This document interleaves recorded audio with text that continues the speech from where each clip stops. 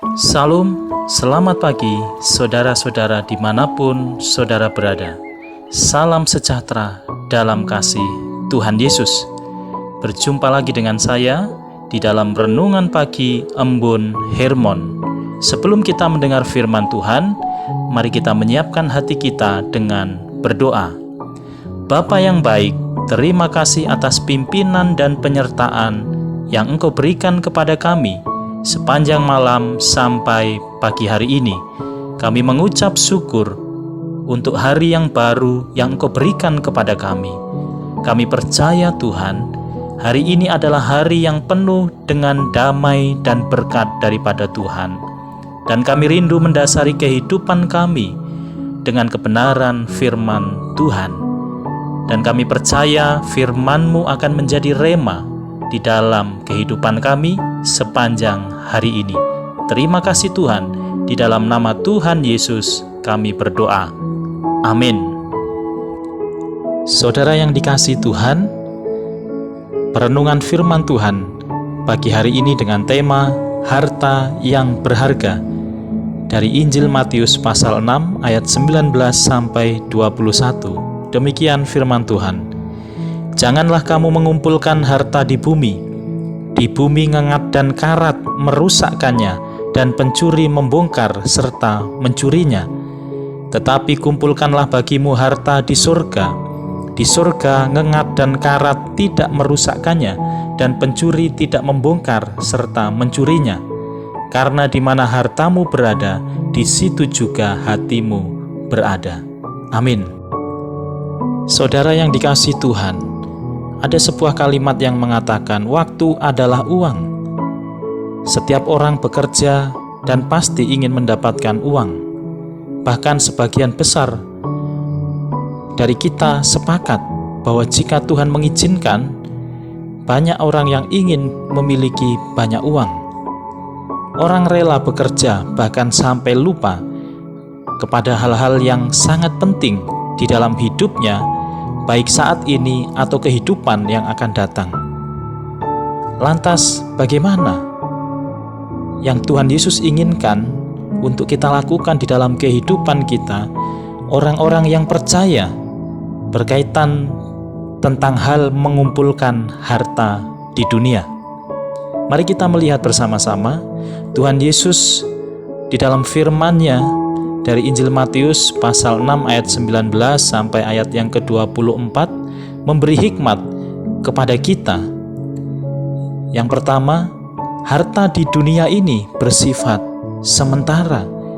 Oleh karena itu Tuhan Yesus memberi peringatan kepada kita, janganlah kamu mengumpulkan harta di bumi.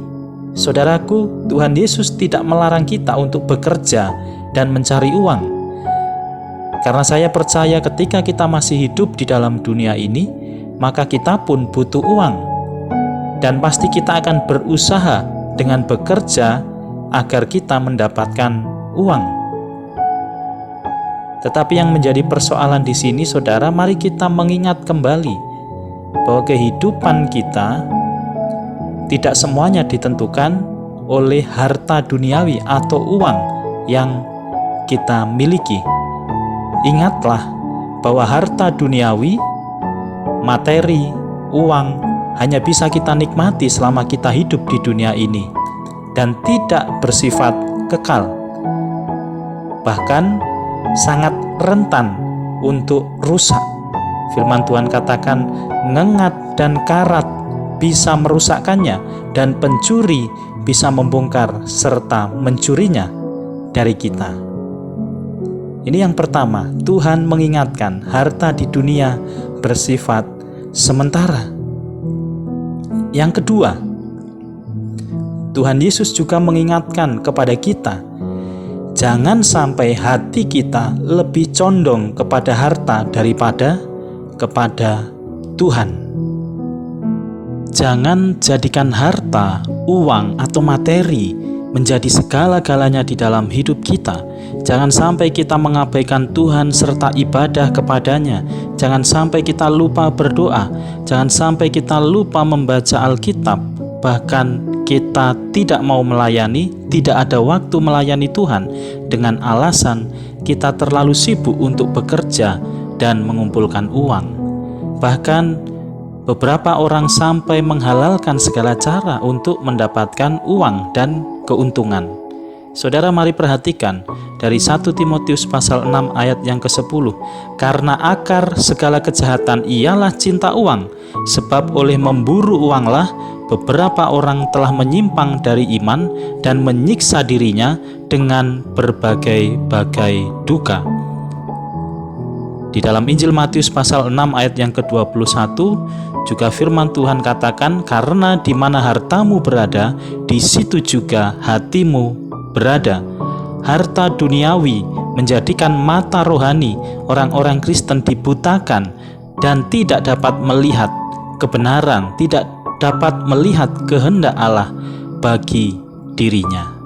Saudaraku yang dikasihi Tuhan, yang ketiga, apa yang ingin Tuhan sampaikan kepada kita? Tuhan Yesus berpesan supaya saudara dan saya mengumpulkan harta di surga. Injil Matius pasal 6 ayat yang ke-20, tetapi kumpulkanlah bagimu harta di surga. Di surga ngengat dan karat tidak merusakkannya, dan pencuri tidak membongkar serta mencurinya. Saudara yang dikasihi Tuhan, harta yang sangat berharga adalah hidup dan ibadah kita kepada Tuhan. Persembahkanlah hidupmu kepada Tuhan sebagai bagian yang terpenting yang berkenan kepada Tuhan. Apa itu ibadah kepada Tuhan? Roma pasal 12 ayat yang pertama. Demikian firman Tuhan, karena itu saudara-saudara, demi kemurahan Allah, aku menasihatkan kamu supaya kamu mempersembahkan tubuhmu sebagai persembahan yang hidup, yang kudus, dan yang berkenan kepada Allah. Itu adalah ibadahmu yang sejati. Demikian juga dari surat Yakobus pasal 1 ayat 9, 10, dan ke-27 dikatakan demikian, baiklah saudara yang berada dalam keadaan yang rendah bermegah karena kedudukannya yang tinggi, dan orang kaya karena kedudukannya yang rendah, sebab ia akan lenyap seperti bunga rumput. Saudaraku yang dikasihi Tuhan, ibadah yang murni dan yang tak bercacat di hadapan Allah Bapa kita ialah mengunjungi yatim piatu dan janda-janda dalam kesusahan mereka dan menjaga supaya dirimu sendiri tidak dicemarkan oleh dunia. Inilah pesan yang ingin Tuhan sampaikan kepada kita, agar kita benar-benar memahami bahwa harta yang berharga itu adalah harta yang kita kumpulkan untuk kekekalan. Mari kita mempersembahkan kehidupan kita, ibadah yang berkenan kepada Allah, yaitu seluruh aspek kehidupan kita yang menjadi sarana untuk memuliakan Tuhan melalui kehidupan kita. Amin. Tuhan Yesus memberkati. Saudaraku, mari kita berdoa. Kami mengucap syukur Tuhan atas firman-Mu pagi hari ini. Mampukan setiap kami untuk melakukannya di dalam kehidupan kami hari lepas hari. Hamba-Mu berdoa untuk setiap pribadi yang mendengar firman Tuhan dimanapun mereka berada. Kiranya Allah sumber segala damai sejahtera dan berkat surgawi akan memelihara kehidupan mereka senantiasa. Allah memberkati keluarga, pelayanan, pekerjaan, pendidikan, pergumulan, dan setiap aspek kehidupan mereka. Allah menjauhkan mereka dari segala wabah, virus, dan segala sakit penyakit. Allah menjaga mereka dari segala kecelakaan dan melindungi mereka dari segala yang jahat. Kiranya yang sakit disembuhkan di dalam nama Tuhan Yesus, yang lemah dikuatkan, yang sedih dihiburkan oleh Roh Kudus. Terima kasih Tuhan, hamba-Mu menyerahkan kehidupan dan karya kami sepanjang hari ini hanya di dalam nama Tuhan Yesus. Kami berdoa. Haleluya. Amin. Saudaraku yang dikasihi Tuhan, salam semangat. dan tetap sehat untuk kita semua. Sampai berjumpa kembali. Tuhan memberkati.